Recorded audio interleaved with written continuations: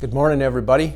Fall is in the air this morning as we've got a little bit of rain. It's refreshed things out there, so what a beautiful day. But it looks like, and they're talking like, we might get us some snow this weekend. So that could be our first event for this coming season. Let's just learn to enjoy what we get. A couple of things that I want to talk to you about today. Bannock Development Corporation is having their economic symposium up at the Stevens Performing Arts Center.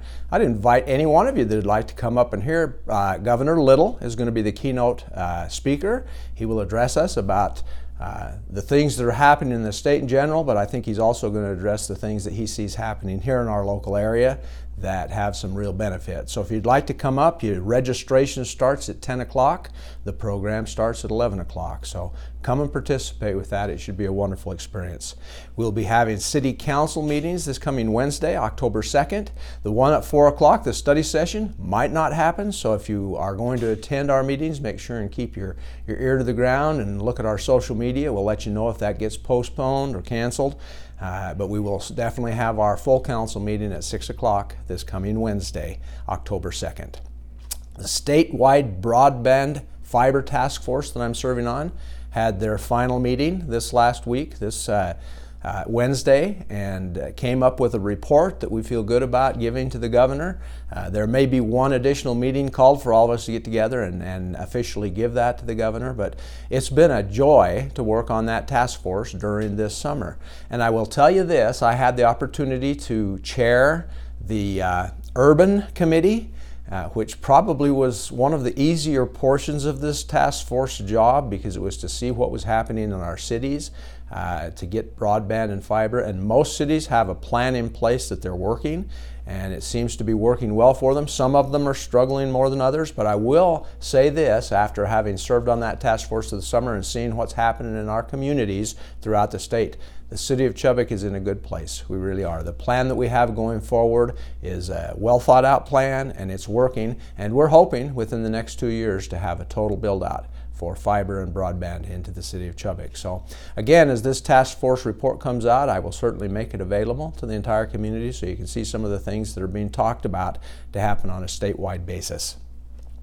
I also serve on a community advisory committee with Idaho Power, and we're meeting this coming Tuesday, October 1st, to work what's called the Eastern Idaho Electrical Plan. And this is something that they do every decade. And so then we look at the next 10 years and talk about the needs that are going to happen and try to make sure that we're in front of those things. So this will be the second meeting that we'll have, and we're going to meet through, I think, February every month to make sure we're putting together a plan that will work for our community. So again, if you see some needs in our community as far as electrical services that you think need to be addressed, it'd be a good idea to get a hold of my office and let me know what that is so I can represent you well there. But it's good to see those kinds of things happening so that we make sure to stay on top of those kinds of needs for our community. Friday, October 4th, at the Pond Student Union Building up at Idaho State University at 10 o'clock, they're going to hold the 12th annual Thomas Geriatric Symposium. I've had the opportunity to participate with that a couple of times. They've asked me to say a couple of words at the beginning of that. If you have a desire, come out and see what's happening in planning for our senior citizens of this community. They are a vital part of our community and a part that deserves our attention and our service.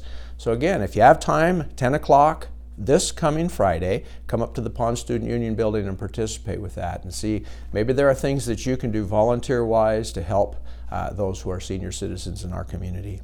I want to talk to you for a minute about our personal economic development. I started talking about that we'll have this symposium today, but I want you to know that we belong to two economic development groups. One is Bannock Development Corporation. That's our local economic development driver. They work hard and they do some good things to make sure that we're ready for the development that can come into our area, as well as that we're servicing those companies that are already here. We also belong to READY, a regional economic development group. Had the opportunity to meet with them and their executive board this last week, and it's exciting to see the things they're doing. They have just finished a comprehensive plan, a study that really talks about what Eastern Idaho is and what we have to market.